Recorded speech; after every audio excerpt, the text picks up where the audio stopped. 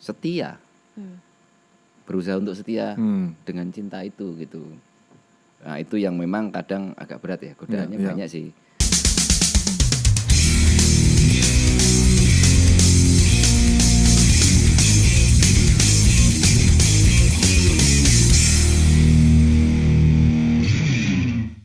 Oke, halo teman-teman sekalian.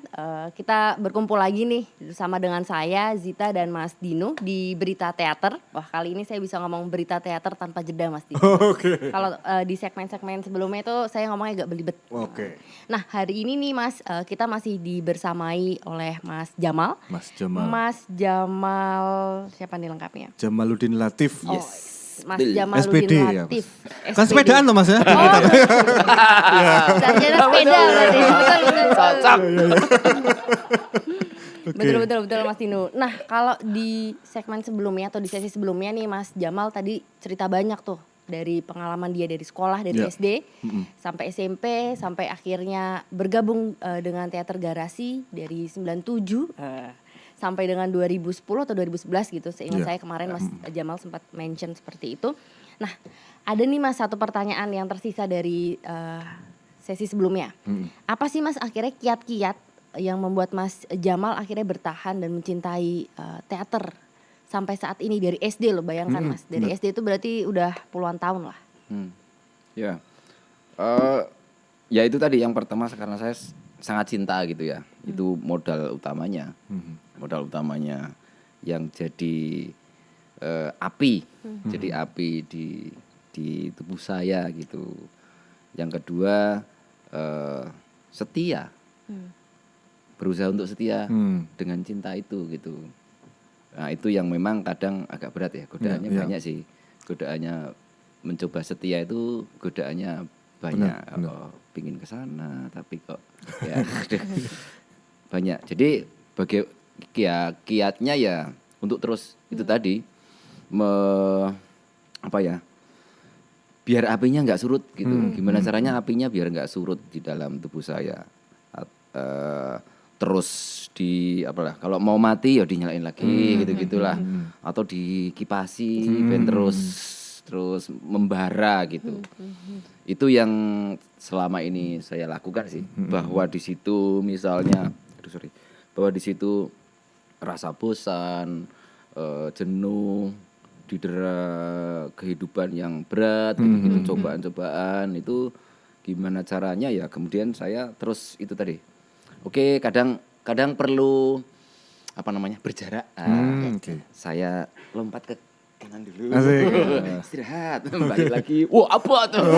Ini. Balik lagi ke apa? Misalnya butuh istilah kiak-kiuk itu bahasa Indonesianya apa? Lenggak. Ya untuk bermain di situlah. Agar terus apinya itu terjaga dengan baik. Mungkin anginnya lagi kenceng nih, singkir gesek, balik lagi. Oh, anginnya udah tenang, balik lagi. Selama itu aku bermain-main dengan begitu ya. Caraku untuk terus menggelorakan apiku gitu. Itu sih. Nah, Mas, mungkin masih berhubungan sama ini Mbak, sedikit. Mungkin bisa diceritakan Mas, ada nggak sih titik terendah dalam Mas Jamal ketika berteater itu, misalnya mungkin sudah habis-habisan ngeluarin biaya, dana, waktu, ternyata itu tidak worth it, tidak sepadan dengan yang Mas itu, mungkin seperti itu, atau ada nggak sih pengalaman yang memang buat Mas wis rati-tertiteran meneh lah gitu. Ada Mas? Itu ada fase-fase gitu ya, ada fase-fase di mana aduh kok ketoknya pirang-pirang puluh tahun kok ya sing ngene-ngene wae to. Tapi terus aku kembalikan ke motivasi hidup pertama tadi, cinta, setia, udah. Itu sing sing ngelegani gitu loh, dengan ketika anginnya terlalu besar, badainya terlalu besar menimpa itu, jadi kemudian tetap itu tadi, tetap setia gitu. Ada situasi itu ya, sampai jenuh mau give up gitu, nyerah deh. Aku tak melu sapa macul. Dodol taku yakin wae. Ya enggak, artinya aku tetap kembali ke niatan awal itulah. Jadi itu yang jadi bisa terus bertahan dengan dengan apapun kondisinya gitu. Sesulit apapun gitu. Iya, iya. Tetap tersenyum. Asik. Keep smiling and yes. Pokoknya, oke. Senyum. Itu Gimana Mbak Sita? Ya, Mas, aku penasaran nih, Mas. Apakah akhirnya berteater juga menjadi media Mas Jamal untuk menyuarakan sesuatu gitu? Karena kan Mas Jamal juga berdinamika tidak hanya dengan teman-teman teater kan, Mas, dengan teman-teman yang lain, juga misalkan melihat realita di masyarakat. ya dan semua sebagainya. teater menyampaikan sesuatu.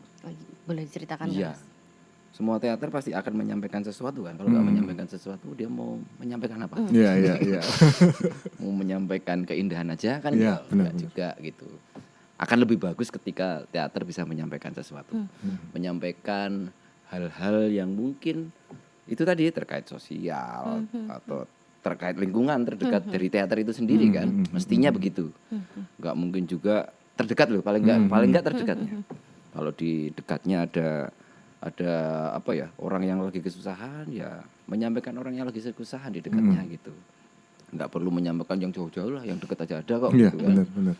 Bahwa itu jadi referensi, yang jauh-jauh itu jadi referensi ya nggak apa-apa juga. Tapi ini yang real nyata ini kan, karena teater kan juga apa ya, corong, nek bahasa dengan gue apa, corong masyarakat. Oh, corong masyarakat. Lidah masyarakat, lidah rakyat. Ayo lupa.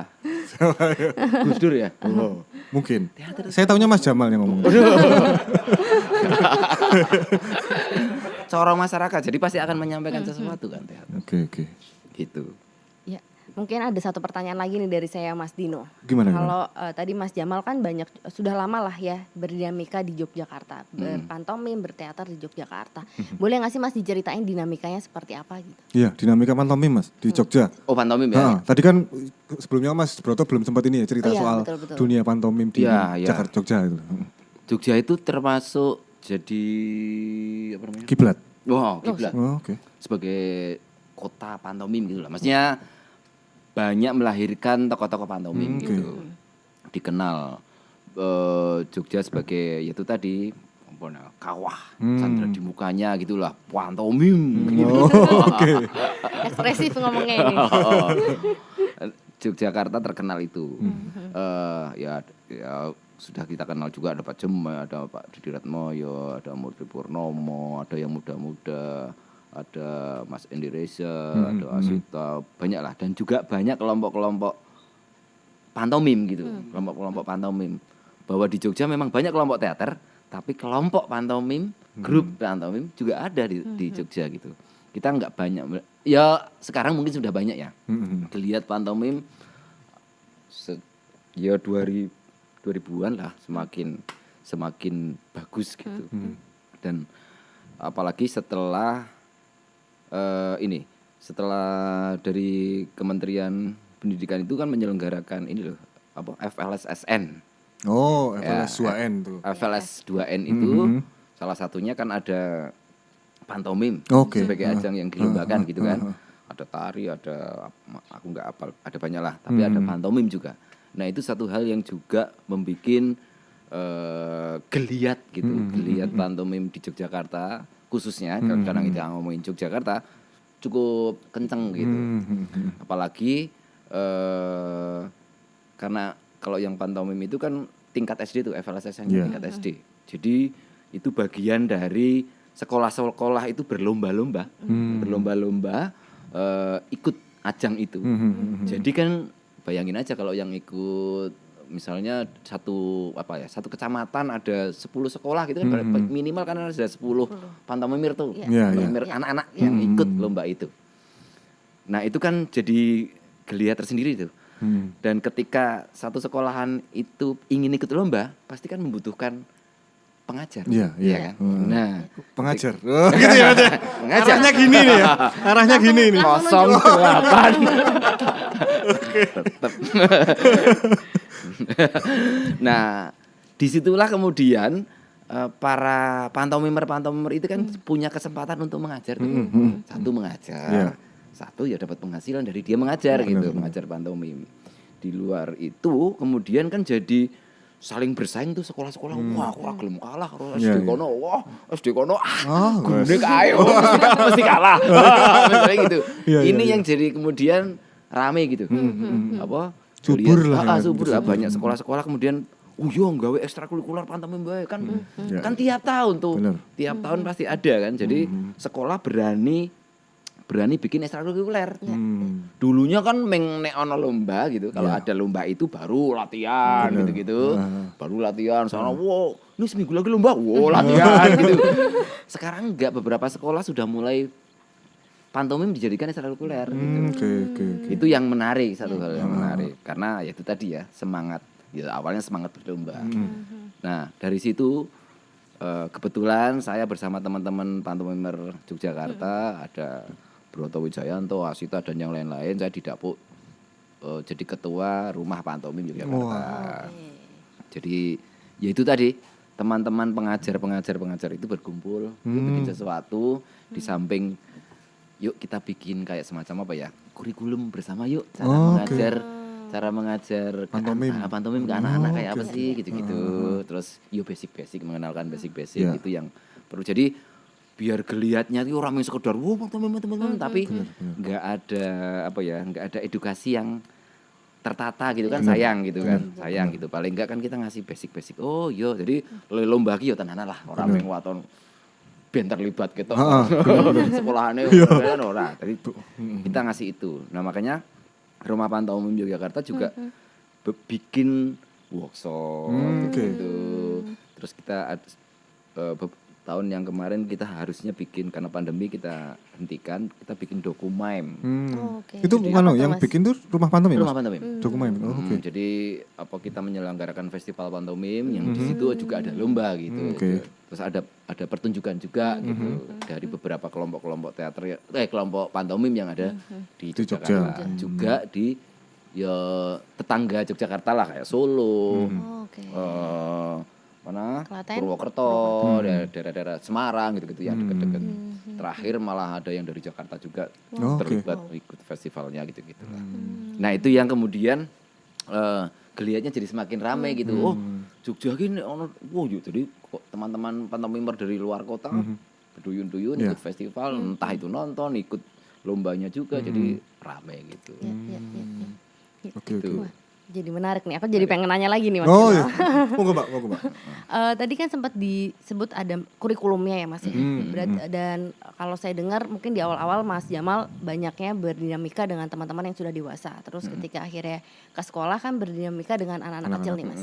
Pendekatannya gimana sih Mas supaya akhirnya yang tadi nggak cuma sekadar gitu, tapi ada sesuatu value atau nilai yang akhirnya diajarkan kepada teman-teman kecil. Benar. Kalau kami kan selalu menyarankan ke beberapa para pengajar-pengajar itu untuk karena berhadapan dengan anak-anak itu kan sebagaimana bisa agar anak-anak itu punya kreativitas gitu. Jadi itu yang coba dimasukkan. Jadi katakanlah gini lah, jangan mencetak anak-anak. Kita nggak mau mencetak anak-anak dulu. Nek sing jenenge mlaku pantomim. Iya. Kudu ngene. Nyontoni gitu. Kita coba menghindari itu, tapi coba munculkan dari anak-anaknya gitu. Siapa tahu ada cara jalan yang lain sing ora kaya ngono. Itu kan jadi satu anak-anak terpancing terlibat dalam berkarya, berkreasi gitu.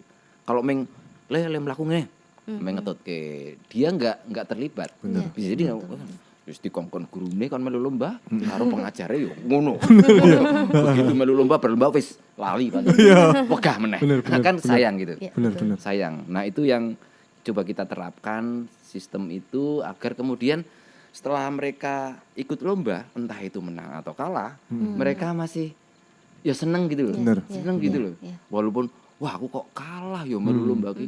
Dudu kuwi sik penting. Iya, benar. Dudu lombane. Tapi bagaimana kamu suka deh sama pantomim itu.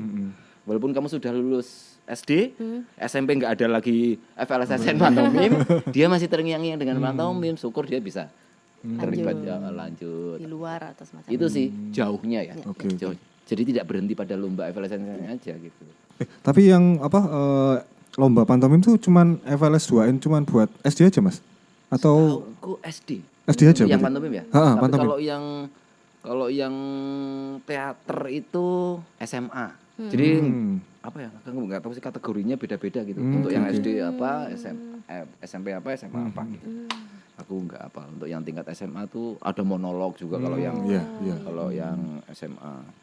Dulu SD ada pidato kalau nggak salah. Wow. Tapi sekarang mana dihapuskan ya. Oh, oke. Setahu Oh, tahu update terakhir. Menarik tuh misalnya nggak cuma di SD, misalnya SMP, SMA kan. Ya harusnya ya. Kan mereka terus ini toh. Terlatih terus ya. Pacu untuk harusnya belajar. gitu, harusnya gitu. Tapi Ya mungkin nanti bisa didengerin ya. ya. Nah, ini harus di mention tuh. Mari mention. Kementerian. Para penyelenggara FLS 2N dengarkanlah. Langsung di-mention. Ucapan saya. Mas Jamal. Oke. Nah, ini Mas. Sampai sekarang berarti ini kan pandemi gini masih ngajar pantomim nggak Mas? Beberapa sekolah menghentikan oke. menghentikan ekstrakurikulernya. Ekstrakurikulernya karena pandemi ya satu. Tapi ada yang mencoba untuk online. Ekstrakurikulernya online. Pakai Zoom. Oh, pakai Zoom. Wah, itu abot banget. Gimana tuh Mas? Ceritain Mas. Iya, susah Penasaran lah saya. mengajar kalau diskusi kayak gini Iya. online Iya. enak banget ya Iya, ngobrol. Tapi ngomong kayak gerak gitu kan ya. Bener. Ngomong kayak sikil wah kamera iya. bikin ke sikil.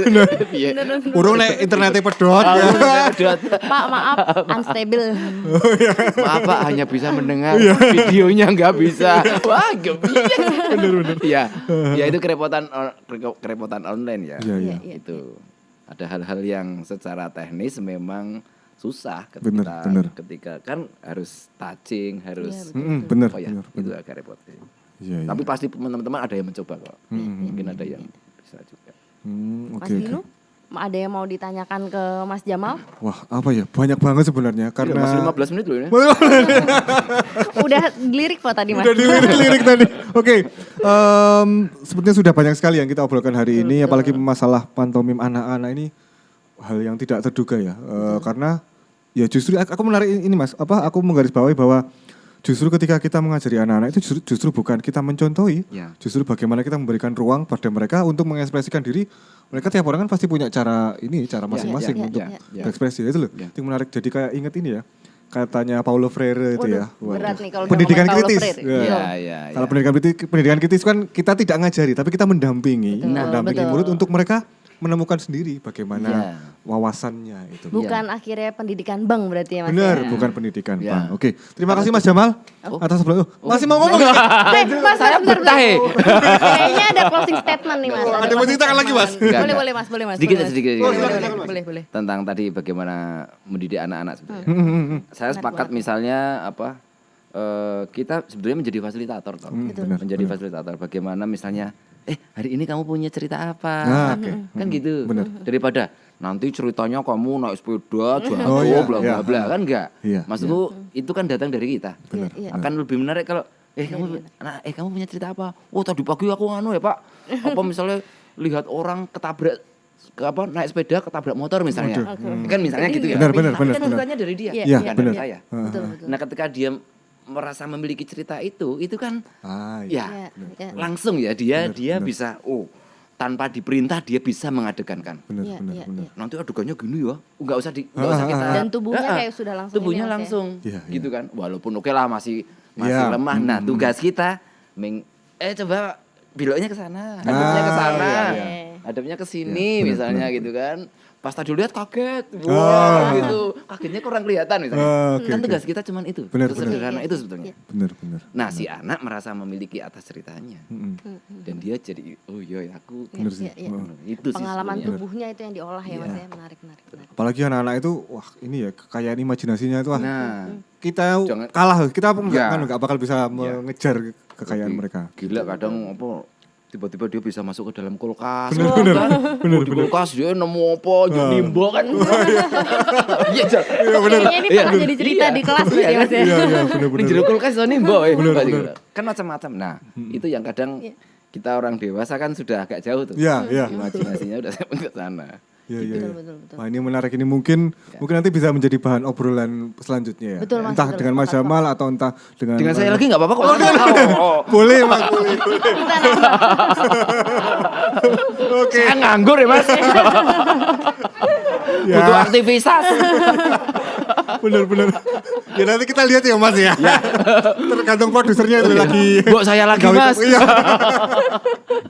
Oke, terima kasih sekali Mas Jamal sudah menemani ngobrol kami selama Terima 2 episode kasih, ini. Mas Jamal. Terima kasih Mbak Zita sudah menemani untuk ngobrol. Ya, terima kasih. Begitu teman-teman para pamirsa berita teater di rumah, semoga kita bisa mendapatkan banyak wawasan yang berharga ya dari obrolan dengan Mas Jamal kali ini. Kurang lebihnya kami mohon maaf, sampai jumpa lagi di berita teater berikutnya. Salam budaya.